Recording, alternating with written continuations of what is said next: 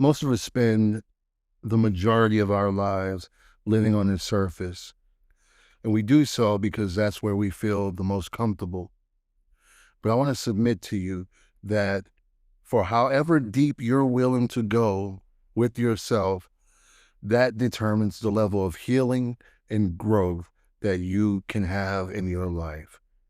So today we're talking about the connection between truth, death, and healing, both spiritually and physically. In 1999, my father, at the age of 44, died of a heart attack. So I decided at the age of 20 that it's probably a good idea for me to get my heart checked to see if there were any issues I should be concerned with. So I went to my general practitioner at the time and I told him the scenario. Father died of a heart attack unexpectedly. And I said, I should probably get my heart checked. He said, yeah, it's a good idea. What we'll do is we'll go ahead and do some blood work and we'll go ahead and see what's up. And as soon as I heard blood work, I was out. I didn't tell him that, but in my mind, I knew I'm not getting blood work. I was deathly afraid of needles at the age of 20. And so fast forward, I didn't get the blood work done at age 20. Fast forward 15 years later, 3 days before my 35th birthday, I indeed had an unexpected heart attack. And so it begs the question, if I was willing to put aside my own silly personal fears and get that information that blood work would have revealed, could I have prevented this heart attack at the age of 34? And the answer is more than likely yes, unequivocally yes. So then the bigger question is, what in our lives are we refusing to see about ourselves that's preventing our healing, true healing, that's preventing our growth, exponential growth? So we want to dive into that today. What I've discovered is that healing begins with truth, not comfort. Had I been able to override my disdain for needles at the age of 20, I would have gone ahead and got that blood work done. And I think it is safe to say that I probably would have prevented my own heart attack. Thankfully, I survived it, but I wouldn't have gone through that experience, the physical and financial toll that a heart attack can put on your life. What I also discovered is that God reveals what he intends to heal, but we often resist the revelation. So many times in our lives, we can look back where we can see that something was trying to be revealed to us about our character, about our whatever the case may be it through circumstances or people or what have you. God is always trying to reveal a version of us that we, for whatever reason, refuse to see. And you cannot heal what you won't admit exists. That's not condemnation, that's actually an invitation. So what that means is that so many times, as I said, circumstances, people, scenarios happen to us or happened around us, and we choose to ignore it because we feel attacked, we feel condemned, we feel judged. And all those surface level feelings are acting as armor, acting as armed guards from the revelation that's being presented to us from actually penetrating the heart of the matter where it needs to go to do what it came to do. And again, if we all look back over our lives, we will see how people have said things to us, or cyclical behavior where we find ourselves in the same scenarios over and over again, different cities, different people, different ages, different occupation. It doesn't matter, but we find ourselves in the same scenarios because, again, God is trying to reveal to you a version of you that you refuse to confront. And it's the ability, the heart's ability to see that version without submitting. That's not the way I want to say it. Without succumbing to the temporary feelings of being judged or the temporary feeling of being condemned, if our heart is in a position where we can receive the revelation without succumbing to the temporary feeling of being judged or condemned, then we are primed and prepped and ready to begin the process of healing in our lives. But that's a difficult thing to do. If it were easy, all of us would do it all the time, but most of us don't. Most people stay shallow because it's safer. And here's the thing. All of us have been hurt in our lives. Most of us have been hurt on levels that are so deep, very early on in our lives, typically, that our comfort, our safety feels is on the surface, because going deep is scary because we don't know what we're going to discover when we're down that deep. And so it's far easier. It's like being a functioning alcoholic or a functioning depressed person. It's far easier to learn how to get along with our lives, put on the happy face so that ourselves and no one else on the outside of us can see the level of hurt and pain that we all experienced in our lives. And so let's talk about 3 ways that people avoid healing. The first one is the one we've been talking about, is that people just don't want to go deep. They don't want to go deep by themselves. So many people, when they are alone or have isolation from other people or other things, they are afraid to be alone. They are afraid to be isolated because they're going to naturally slip into the deep. And they don't want that. So then they quickly find something or someone else to fill up that time, to fill up that space, because people are so afraid of going deep. And we've all been there at some point or another. Some people, a lot of people stay there where they avoid going deep themselves on their own. And they stay there and they stay stuck. The second way that some people avoid healing is to ignore God's mirror. As we mentioned previously, God is always trying to show us a revelation of ourselves. The reality is that if God truly showed us who we really are, it would break our hearts completely. It would blow our minds to see the depth of despair that we really are internally. So he shows us glimpses of what's really in our heart. He reveals just enough that we can handle as an invitation, not a condemnation, as an invitation to say, hey, you might want to check this out. You might want to look into that. You might want to correct this because I created you.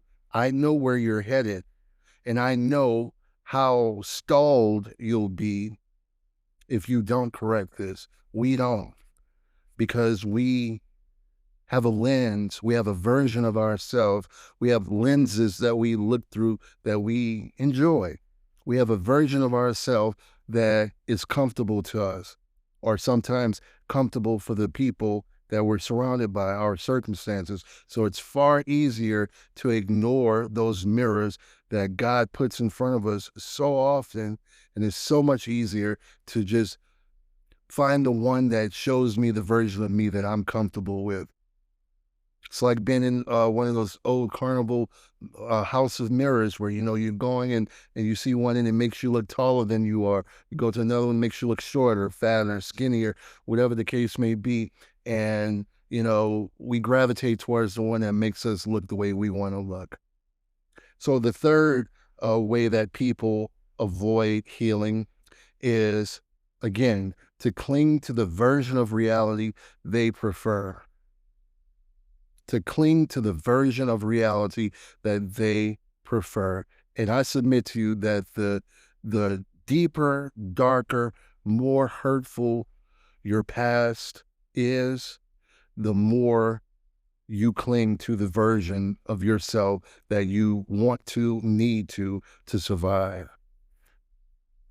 To just get up and go through your day.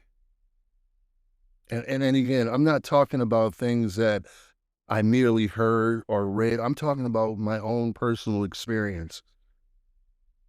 So again, if you're clinging to the version of reality that you prefer, then you are preventing, circumventing, stalling your own healing and your own growth.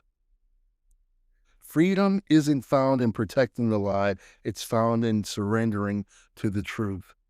The longer you think that you're safe by holding on to the version of yourself that you want to or need to, all you're doing is preventing the truth from penetrating your heart, your spirit, your soul, your body that can help you heal, that can help you grow.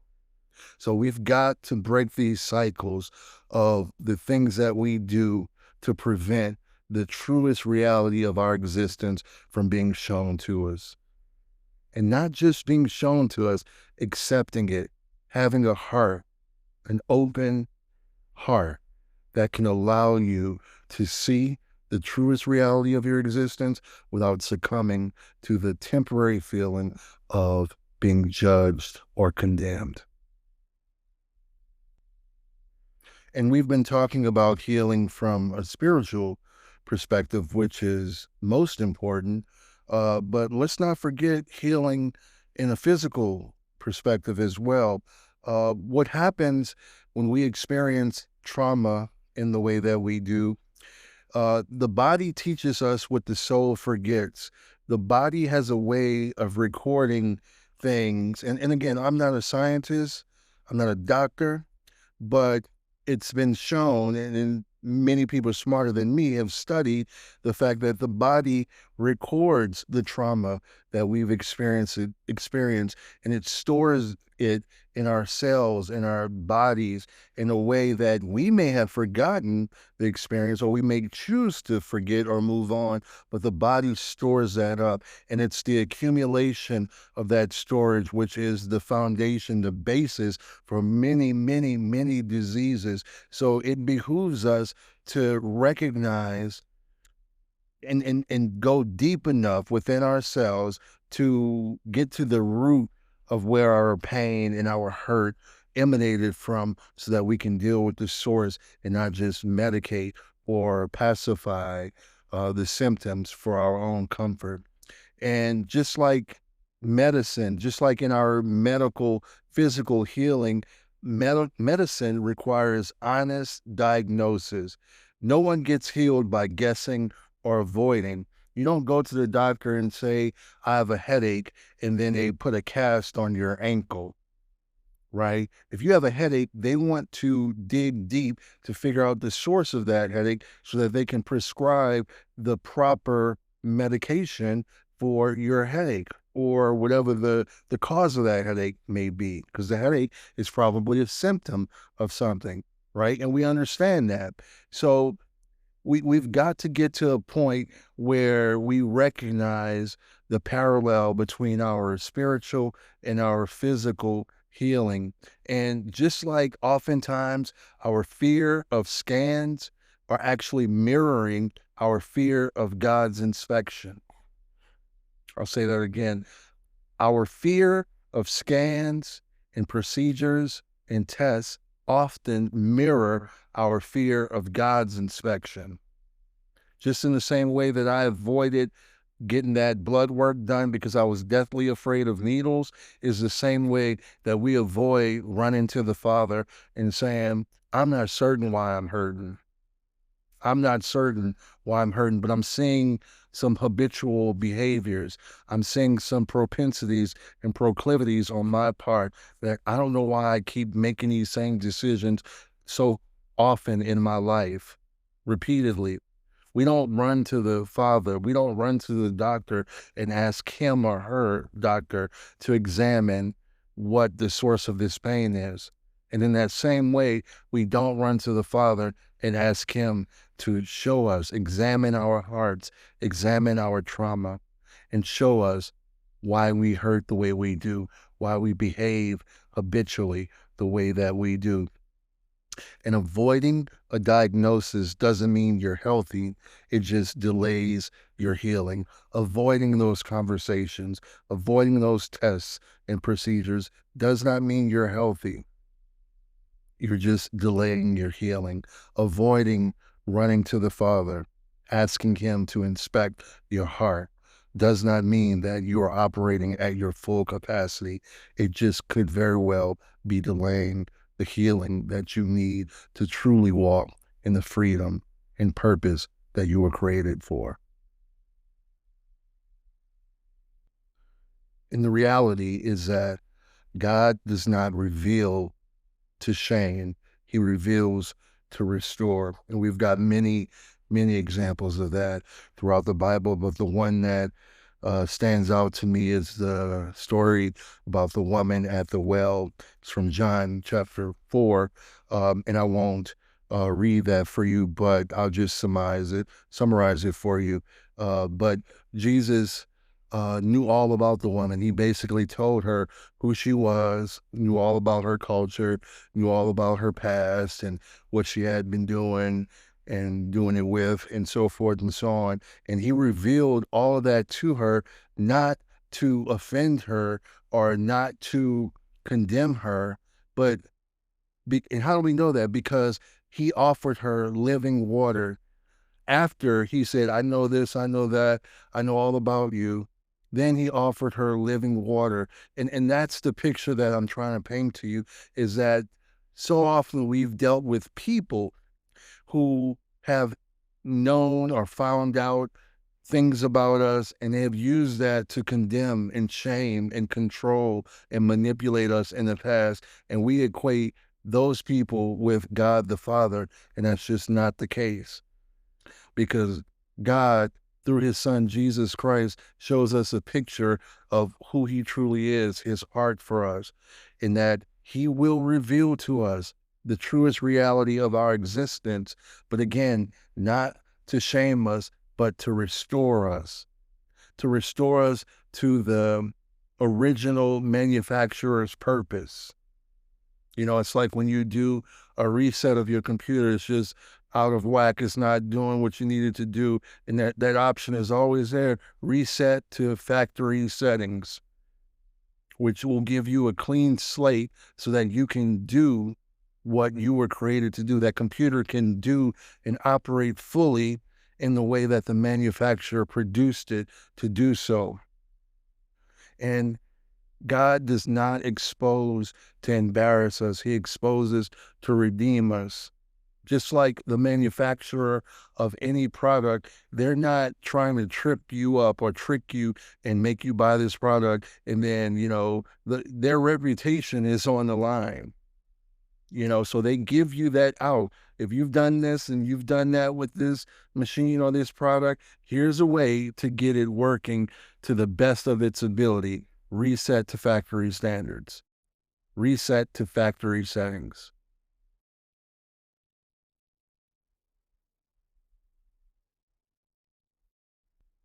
Having said all of that, let's talk about some things that you can do right now practically that will get you moving in the right direction towards your healing so that you can walk in your purpose fully to be free indeed. One of the first things you can do is what we mentioned previously, which is ask God for revelation, even if it scares you. Ask God for revelation, even if it scares you. You've got to get to a place where you believe in your heart that God's not trying to embarrass you. God's not trying to humiliate you. He's trying to restore you back to the original purpose that he had in mind when he created you. And the only way for that to happen is for you to admit that you're not functioning at full capacity and you need a reset. And God is the source of that reset because he is your creator. He created you. Only he knows the true potential, the true purpose that you have inside of you, because he put it inside of you. So why not go to him to have him reveal to you the truth? We don't go because, again, we are afraid of the diagnosis. We're afraid of how we're going to feel when we see the truest reality of our existence. But I'm telling you, get over that. That feeling is temporary, but it's eternal. What you get in return is eternal truth about God and about yourself. So ask God for revelation, even if it scares you. The second thing that you can do practically right now is you can journal. You can journal or at least meditate on reoccurring patterns. Instead of seeing things as isolated events in your life, start connecting the dots. Follow the breadcrumb trail back to the source. If you're seeing reoccurring patterns in your life, start documenting them so that you can have a clearer picture. It's like, when we were kids, connect the dots, and then you connect the dots, and then you can see, oh, this is a teddy bear, right? When you connect the dots of your life, of your past, and the reoccurrences of scenarios in your life, you start to get a clearer picture, and it's not abstract. It's clear. It's clear the true nature of your heart. It's clear the depth of your hurt and your pain. So start journaling. And again, this is not to wallow in pain or to glorify tragedy or any hurtful events, but what we're trying to do is to break the chain that those events, occurrences, thoughts, and feelings have over us by saying, you don't control me. You don't control me. And I'm not afraid to examine these things and to look in the mirror and see this reoccurring pattern because I'm ready to break this chain. The lie is to get you to ignore it. The lie is to get you to sweep it under the rug. The lie is to say, oh, that was 20 years ago.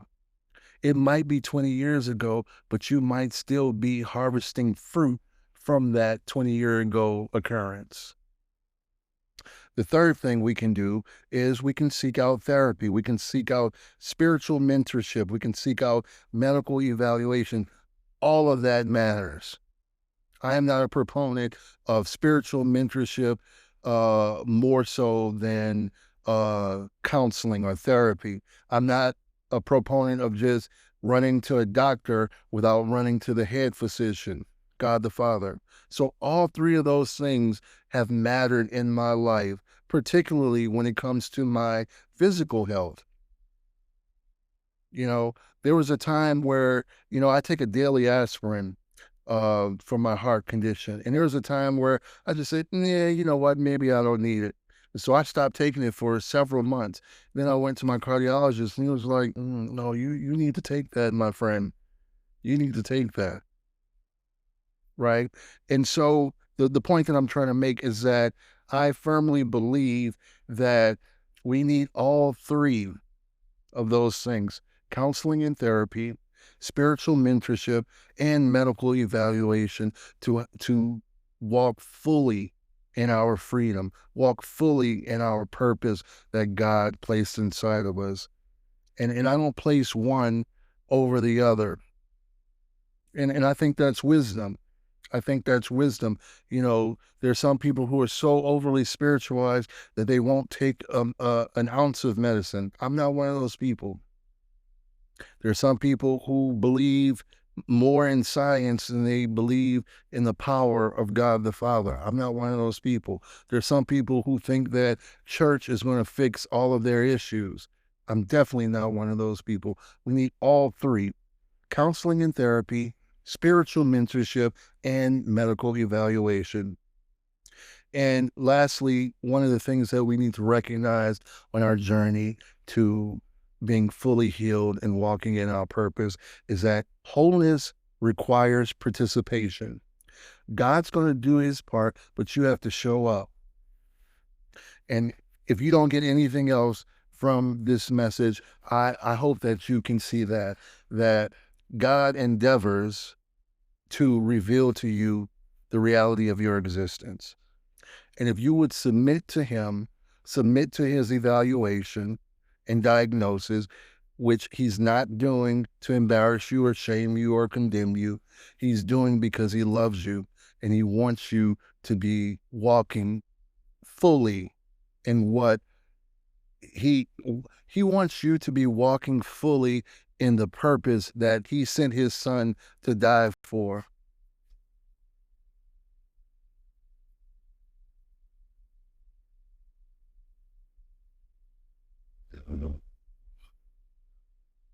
That's what he wants. That's what he wants. And so when we refuse to allow him to evaluate and diagnose us, then we make a mockery. We make a mockery of the level of sacrifice. For God so loved the world, which includes you, that he sent his only begotten son. He did that so that we can be free. He did that so that we could walk fully in purpose. And so he's already done his part, and he will continue to do his part, but you've got to show up. You've got to admit that you're hurting, you're struggling, you're in pain. You've got cyclical, habitual behaviors in your life that are stalling you and sabotaging you. And it's time to reveal that. It's time to heal from that. And I sincerely hope that this message blessed you. Share it with someone that you think it would help. If it blessed you, please leave me a note in the comments. Send me a DM. Let me know. Your encouragement means the world to me. I receive your messages. I see the comments, and your encouragement means the world to me. It spurs me on to continue sharing this information with you. If you haven't already, hit the subscribe button, hit the like button. All of that helps the channel out. All of that helps to spread the message even further. So until the next podcast, stay blessed, and I'll see you then. Peace.